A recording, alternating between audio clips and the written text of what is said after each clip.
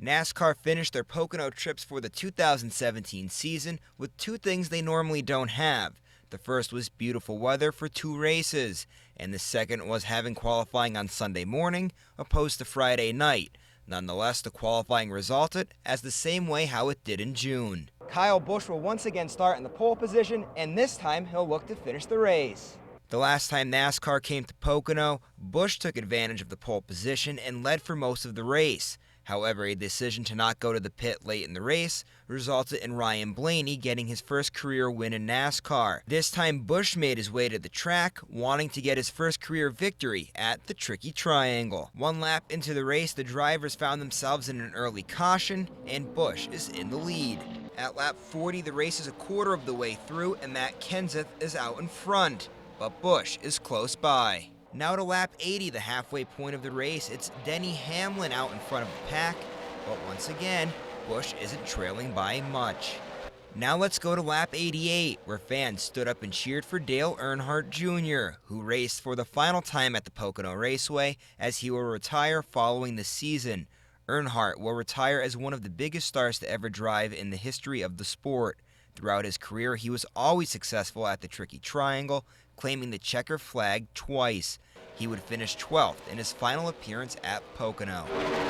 Okay, now for the exciting part of the race, the last 20 laps. Lap 140, it's Brad Keselowski in the lead. However, 2 laps later, he heads to the pit, and guess who? Kyle Busch takes over. With 5 laps to go, Busch is not only the front runner, but he's now cruising past everyone, and he could taste victory.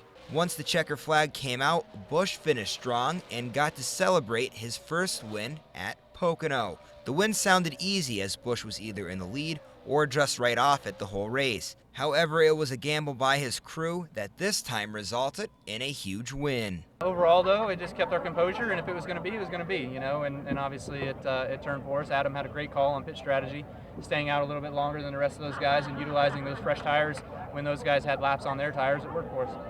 The Busch celebration saw just about everything. There was a lot of rejoicing. There was a kiss from his wife in Victory Road, a lift of the Overton 400 trophy with his crew all around, not just one, but 2 champagne showers for Busch and his team, and his sponsor M&M's made it rain candy, only fitting since winning for the first time in Long Pond is a sweet victory. It just means the world to us, It's been a long time and a long time coming, ever since I started with Joe Gibbs Racing, with Toyota, and with M&M's. That was 2008. We've been wanting to win here for our sponsor in their home race, and we were finally able to do it today. So we've got a lot of guests with us and a lot of important guests with us as well. So it's just exciting to be able to finally score that victory here. We've known that we've been fast for a long time. We've just never been able to put it all together, and I wasn't sure we were today, but it all turned out for us there in the end.